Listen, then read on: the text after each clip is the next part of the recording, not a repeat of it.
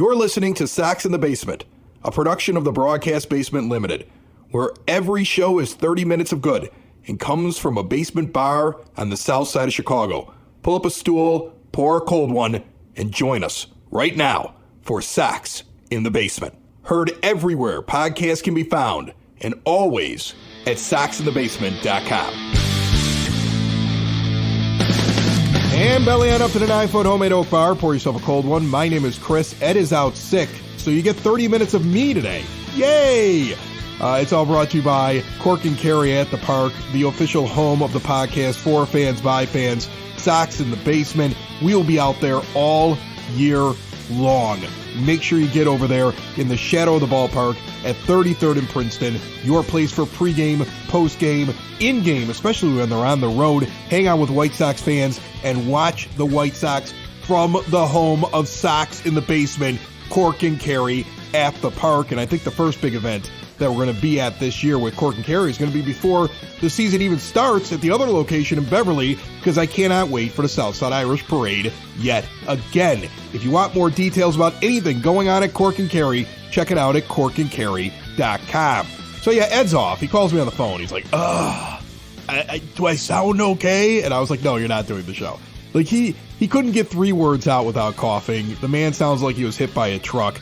He actually sounds like a zombie if a zombie was half alive and yet half dead and turning into a zombie. He's right at that stage right now. By now, we could be eating brains for all I know. So he's going to take a break, and we're going to have him back by the next show. By the time the next show drops, we're going to record it here at the 9-foot homemade oak bar. But by the time it comes out for you on Friday, I'm going to be in Bardstown, Kentucky on the Bourbon Trail with a group of friends. I did this last year. And every time I bring it up, people get excited about it. They're like, really? You're going to the Bourbon Trail?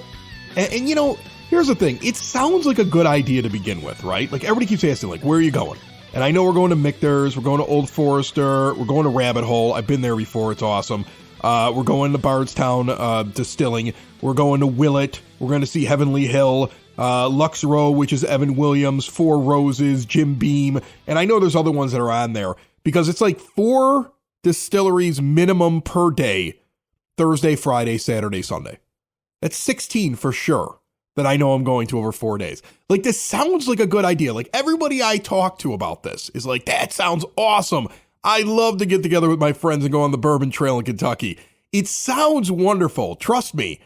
After 2 days, we're going to be waking up on day 3 with like that 10:30 in the morning tasting, because that's when we were able to get it at one of these distilleries, going, I got to go drinking again. So this could be an absolute disaster. I'm looking forward to it. Last time I went, bumped into Sox in the Basement listeners. I'm not even joking. Not at one place, at like multiple places. It was the day I was wearing the shirt. But we got stopped multiple times by people, White Sox fans doing the Bourbon Trail. This is the time of year to do it. So if you're going down there this weekend, because I remember last year we did it right around this weekend, and there were lots of Sox fans down there, look for me. I'll be stumbling along. I was poring over the non-roster invitee list for spring training, just seeing whether or not there was anybody that was exciting to me. Like, Oscar Colas is exciting. Like, I expect him to be the right fielder. That's the guy. If everything goes the way it's supposed to go, Oscar Colas is playing right. He's going to play the majority of the season. He's going to hit in the bottom of your lineup. I don't expect him to be a superstar, but if he hits 270 and he hits out 20 home runs and he plays a good right field, you're happy, okay? You're not relying on him to change the stock in your season. And with everything going on with Mike Clevinger, in reality, all that you added was Andrew Benintendi. So I don't know whether or not you're a better team this year than you were last year, unless, of course, everybody starts having career years, bounce-back seasons, and nobody gets injured. Then all of a sudden, you're a great team. But when I look at the non-roster invitee list for spring training, these are guys that are not on the 40-man roster, but they're coming to spring training to play on the major league side, because they'll have minor league spring training, and eventually a lot of these guys, like 2-3 weeks in, they're going to get a look at them, and they're going to go, okay, there's your taste of camp, kid. Go over there now and work out with the minor leaguers. You're not making this team. And the majority of these guys are not. But this gives everybody an opportunity to work out. You get to see what guys have. Like, the outfield is interesting because we're assuming Colas. But you're going to have Yoki Cespedes, Billy Hamilton, Jake Marisnick, Adam Hazley. There's those guys and more coming to this spring training. I think at some point you're going to see Marisnick. You're going to see Hamilton. You may even see Yoki by the end of the year. That's even possible. it'll be interesting because the way that Major League Baseball teams have been doing things since COVID is that they've kind of realized, like, if I have like a little camp where I keep guys that are ready for the majors and I can bring them up quickly, that's an advantage. And you're seeing a lot more minor league contracts for guys of the ilk that I just described. And I would imagine you're going to see all of those names at some point during the year. I was looking at the pitchers. It struck me, and I'm just talking guys that aren't on the 40-man, but it struck me, Sean Burke is getting an invite. And I remembered him. The moment I looked at his name, I was like, I remember James Fox from Future Sox coming on this program when he was drafted. And that was 2021, third round.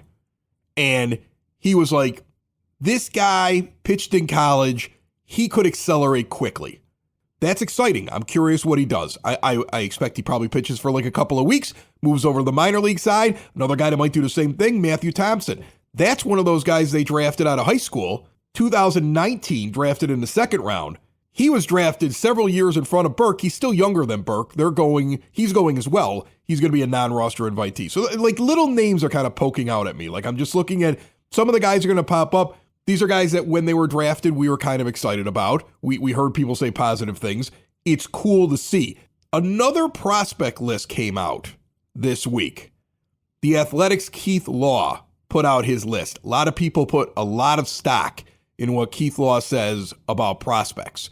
Oscar Colas did not even make his top 100 list. We've seen him on other lists.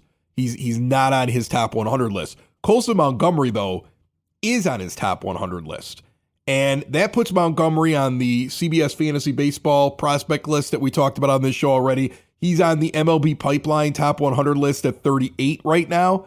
And he's on Keith Law's list on The Athletic as the 25th best prospect. I want to read what Keith Law said about him. Montgomery was a risky pick in the first round in 2021. He was 19 at the draft, came from a high school in rural Indiana where he didn't face much good pitching. He's panned out so far, reaching Double-A last year after a very strong performance as a 20-year-old in Low-A and High-A, where he showed advanced plate discipline and bat-to-ball skills. Before fading in August as he got tired, he was hitting .309, .420, .462. That was his slash. Average, OBP, slugging, between two levels, and then struggled after the Sox promoted him. He's 6'4" with long limbs.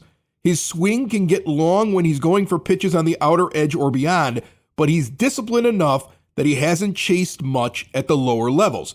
The consensus among scouts is that he'll move off shortstop, and he may very well outgrow it, but he gets very good reads and comes in well on balls with plenty of arm for the left side of the infield. With his strong hit and OBP skills, Montgomery's ceiling comes down to power, and right now it's below average. But as he fills out, he should get at least to average, which would make him a solid regular at third or an above average regular at short. Now, I read the whole thing because I want to look at MLB Pipeline and their evaluation of Montgomery. A lot of times you get one person's opinion. There are some common themes here, though, that tell you a lot about this player that's quickly becoming the guy to watch down in the minor leagues for White Sox fans. And he's going to have an impact on this roster. He's going to get here at some point. Likely he gets here at some point next year. And he times out perfectly for the end of the Tim Anderson deal when the options run out after 2024 and the point where you could decline the option on Yoan Moncada and end the travesty of the contract that he's currently underneath. Because with the exception of 2019, what are you really paying for here? And that's some big money. You're nearly $50 million you're going to pay him over the next 2 years. And so it's interesting. Here's a guy, could be the replacement for Yoan, could be the replacement for Tim Anderson. And the Sox have to wait and see what is he capable of and, what do they need the most. But here's what they said about him. I'm not going to read the whole thing from MLB Pipeline because some of it is just too repetitive. It's not important. Montgomery has impressed evaluators with his ability to make advanced swing decisions for a youngster, rarely chasing pitches out of the strike zone while laying off difficult offerings and pounding the ones he should. It sounds very similar to what I just read from the other list. He is focused on controlling the zone, using the entire field and making consistent hard contact early in his pro career. With his hitting ability, bat speed, projectable strength, and leverage. Again, The one thing that I keep reading here is he should get strong and he should start hitting home runs. He's not right now. He should provide at least solid power once he starts launching more balls in the air. While it's natural to wonder if a big shortstop with average speed can stay at the position as he matures physically and slows a bit, the White Sox believe Montgomery will be able to do so. His quick first step and athleticism enable him to get to balls, and his solid arm strength allows him to complete plays. Seager, they're talking about Corey Seager, overcame similar doubts, and even if Montgomery shifts to the hot corner, his bat still should make him a star. That's two different lists. One has him at 38, one has him at 25. Both of them are describing a player that's big, maybe too big to be a shortstop. I think that's silly. There's big shortstops now. I think that's kind of ridiculous. The idea is as he gets stronger and fills out, maybe he's not quick enough to play short. If that happens, then fine, he stands over at third base. You're trading the defense and the ability to play short, I guess, for the fact that he's going to hit 30 home runs or 25 home runs. I mean, okay, fine. One way or another, however he fills out as he grows and becomes a finished product, you're going to have a hitter that's disciplined at the plate. Doesn't chase. I love that. And has a really good arm. And I love that both of them talked about his ability to have a quick first step to play defense. We keep talking about how range is going to be so important now with the change in the shift rules. And you need players that can not only contribute offensively, but now can play the position. The White Sox may have actually done something good in a draft. Like I always give them a hard time about the only draft picks that seem to pan out are top 10 draft picks in the draft that everybody sees as a can't miss. This was a guy that not everybody was sold on, and he's developing well. Now, I'm sure they'll screw it up in some way. That's the negative part of me goes, they'll screw it up in some way. But right now, it's exciting at this point before the season starts, getting ready for pitchers and catchers. It's exciting to see what they're saying about Colson Montgomery.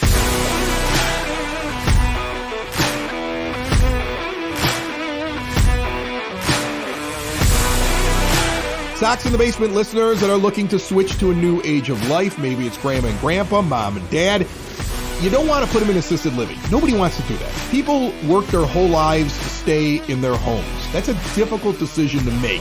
It's something that was unavoidable for a lot of folks, especially as they got older, started having medical concerns.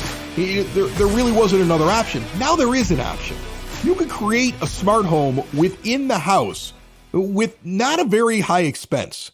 Apps that open and close doors, lifts that bring them from the first floor to the second floor, aids placed around the house, things they can grab onto, things that make it easier to do the day-to-day task. You can retrofit the bathtub. There's so much you can do, and Hyatt Home Medical Equipment wants to help you. Plus, if you have anybody in your family that deals with sleep apnea, diabetes, they have the latest in technology for both. They're going to work with your insurance, and if you mention Sox in the Basement, you're going to get additional money off. Check out all they have to offer at hhme.com or stop in and see them, 3518 West 95th Street in Evergreen Park.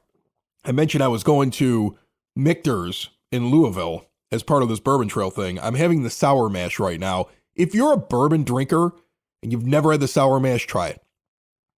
One rock, don't put a ton of ice in there. I always get aggravated when I go to bars and I go, just a little bit of ice. Just a rock, and I dump those chips inside. It ruins the entire drink for me. I hate that. I was looking at the starting pitching free agents because I'm still convinced that the White Sox have to go get a pitcher. I'm still convinced this team is going to have to get another starting arm because Mike Clevinger is going to take some sort of a suspension. As we talked about on the last show, and I appreciate everybody reaching out and saying, hey, good episode, way to put it in perspective, way to take a reasonable approach to what's going on. And I'm sure not everybody agreed with that, but we got an awful lot of people that reached out and said, good job. And I appreciate that when people send stuff to us. Thank you. Again, it was a show I didn't even want to do, the last episode. Didn't want to do it. If you want to check it out, it's on demand anywhere podcasts can be found and always at soxinthebasement.com. I'm convinced he's taking a suspension. That is not me saying that he's guilty of everything he's accused of. Could be guilty of some of it, could be guilty of all of it. But even if he's not guilty of any of it, right? Even if somehow this is all some kind of conspiracy, and Mike Clevinger is a choir boy wrongly accused.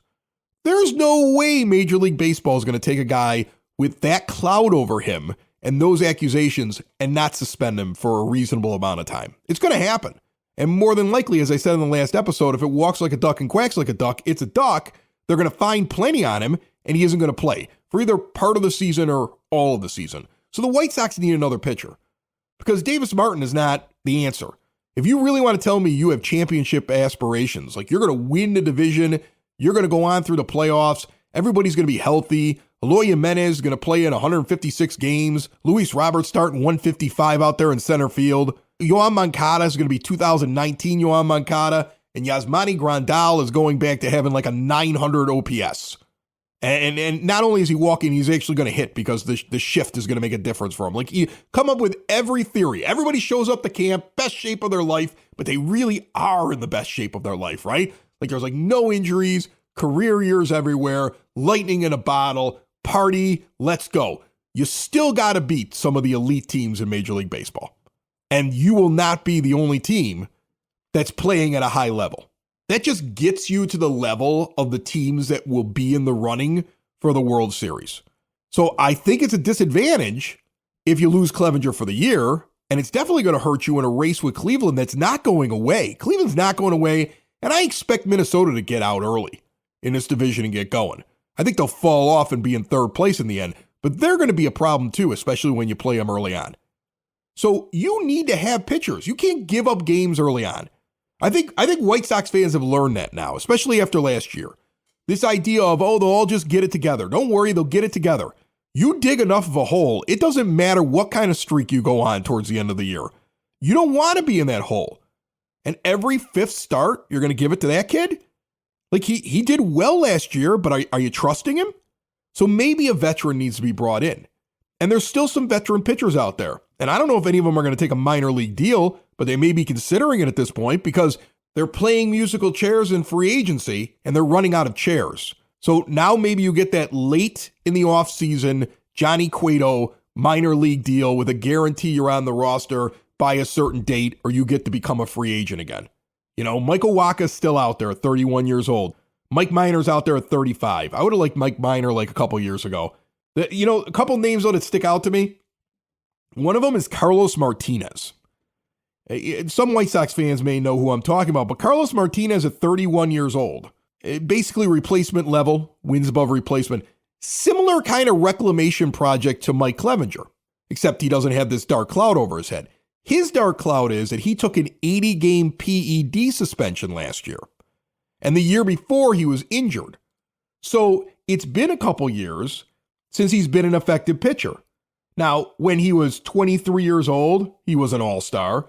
When he was 25 years old, he was an all-star. He went on like this run in his career where he basically kept his walks and hits per innings pitched sitting at about 1.2 something, in the low 1.2s. His fielding independent pitching was about the mid-3s. He would pitch about 190 to 200 innings, and he'd make 31 to 32 starts a year. He was a hell of a pitcher. He was effective for pretty much all of his career until 2020 in the shortened season when he only gets 5 starts and deals with injury. But I'm going to cross that out. I'm not even going to look at his 2020. So in reality, the first bad season that he really has. I mean, I guess you could sit there and say that when they messed with him and he wasn't always starting. He was in the pen for half of his games and the other half of the games for the Cardinals he was starting. You see like some wonky numbers. It's not awful. His fielding independent pitching stays the same. His whip goes up a little bit, but it's not awful, especially for a fifth starter. It all goes bad last year really for him. That's really the first time that it goes really bad for him. He gets 16 games that he starts. He's got a 1.37 whip. His fielding independent pitching is 4.76. His ERA is 6.23. It's over 16 games, but he took an 80-game PED suspension. So you can't pitch for those 80 games. It lingers over you. It messes with your head. And then all of a sudden you're coming back basically cold and trying to finish the season out. I'm willing to bet that was his year 29 season. I'm willing to bet that kid's got something in the tank still at age 30. And he's floating out there, and because of the PED suspension, he's probably being overlooked. I don't think the PEDs is why he was good, though. When you look up what his suspension was for, the way at least I'm reading it is, this drug was all about recovery time. It was getting better quicker. And again, coming off of an injury. It's not excusing what he did, but it would at least lend to the idea that it wasn't PEDs that made him great for the majority of his career. It was just PEDs because he was rushing to get back and he took a shortcut. Now, I'm willing to overlook that. I think that if we start getting so morally on our high horse that anybody suspected of PEDs can no longer pitch for the White Sox or play for the White Sox, I think you're crossing off an awful lot of names. And you probably have had guys come through the organization you didn't even know about. And we're just happy that they didn't get caught. Because I'm not a crazy fan who thinks there was never a possibility that any of my players on my team cheated.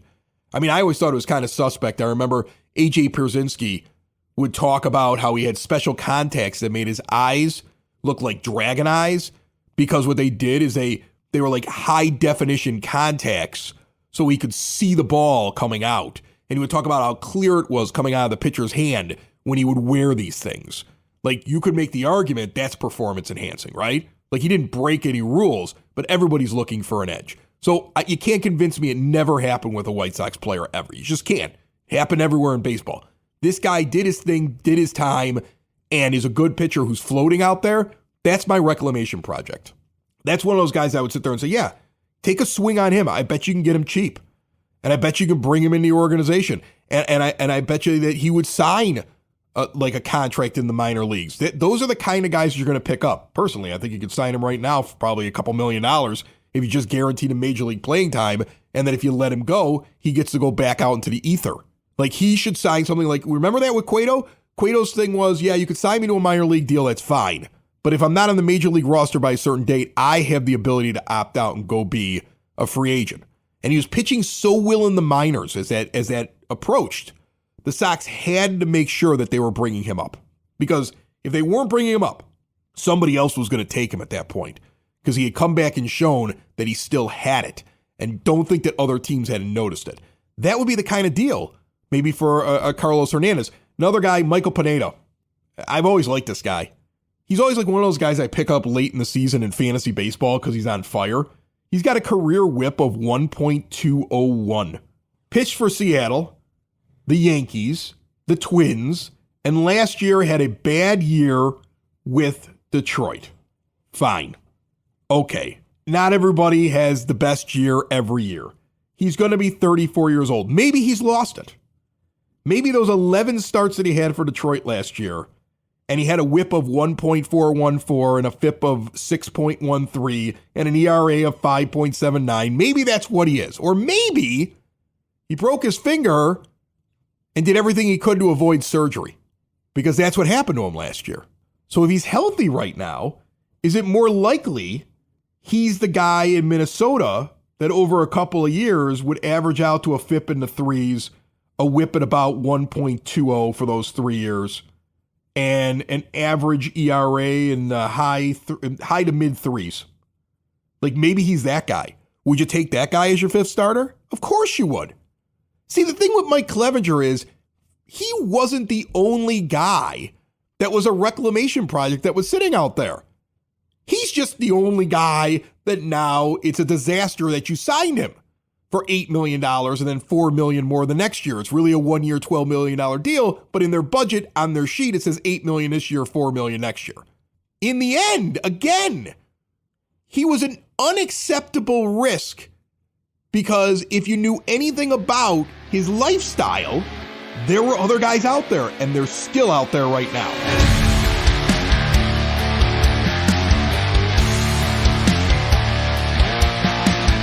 The official brewery of Sox in the Basement is Hailstorm Brewing Company, located in Tinley Park at 8060 186th Street, right off of 80th Avenue. When I'm not out trying to drink all the bourbon in Kentucky, I'm in Tinley, hanging out at Hailstorm Brewing. It's a working brewery. So when you walk in, the tanks are right there. They're working. They're brewing a lot of beer. You could see it on the list in the tap room. An insane amount of beer is being made over there. The head brewer is Will Turner. He's got a lot of other guys over there working for him. He's been there for about a year. He's killing it right now. Then there's the bar. the tap room area, really neat space. Then you have a beer hall, big long tables, a stage for when musical acts are in on the weekends, right? During the summer or any kind of warm month, even when they get to like fire pit weather, and I know that's not what it is right now, but it's coming. They got the outdoor patio. It is a fun place to go hang out, drink beer with other beer drinkers, and enjoy the craft. I highly recommend, because I'm back on my IPA kick, Prairie Madness, their American IPA, a Great American Beer Festival gold medal winner. Check it out. Hailstorm Brewing, Tinley Park, hailstormbrewing.com. I'm going to nerd out on fantasy baseball here to finish off this show. I've become like a real baseball nerd, especially in the last couple of years. Like I've always had this as my favorite sport and the White Sox as my favorite team. But now I'm getting Stratomatic baseball delivered to my door so I can just play a dice game and simulate baseball. And I have a Dynasty Fantasy Baseball League where we had winter meetings recently down in my basement and trading was fast and furious. I'm a baseball nerd, and fantasy baseball is kind of like a fun thing to do. I know that a lot of people are into fantasy football. If you're a baseball fan, I suggest doing the head-to-head points league. It's similar to how fantasy football runs, and it's easy to evaluate players. I don't like the roto leagues, the ones where like you're just trying to win a category. So some guy just has really fast players, and he wins a category in stolen bases, and that counts for as much as you having guys that hit home runs and you get the same amount of points. That doesn't make sense to me. So I like the head-to-head thing because it rewards high OPSs. It rewards keeping guys off base. We actually devalued a win and devalued how much you lose for a loss with a pitcher because it's those are the stupidest stats in pitching these days. I mean, it really doesn't matter what a guy does in terms of letting guys on base. And how many innings he's out there and he's being effective means far more in our league, and you can set these up really easy. CBS Sports Fantasy put out their 2023 Fantasy Baseball Audience Survey for the top dynasty targets at each position. It's asking all fantasy baseball players if they could pick any player to put on their team and keep forever because they could use them year in, year out. So based on their age, their potential, what they do right now, who would they want on their team? Now, in our league, we have it set up where you can keep any player you want for as long as you want to, but once they hit 30, you can only keep 4 guys that are 30 years old or older. So that creates a lot of trading at the trade deadline and a lot of trading in the offseason because teams look at their roster and go, I got 7 guys that are 30, and I'm going to have to drop them anyway, so is there anybody who has room for them? I'll trade for prospects. It really gets the trading going in the fantasy league. It's year-round, constant. I mean, like right now during the show, I could be done. I could look at my phone. There's probably a trade in my league. Like it's always happening. More than even in Major League Baseball. It's really fun.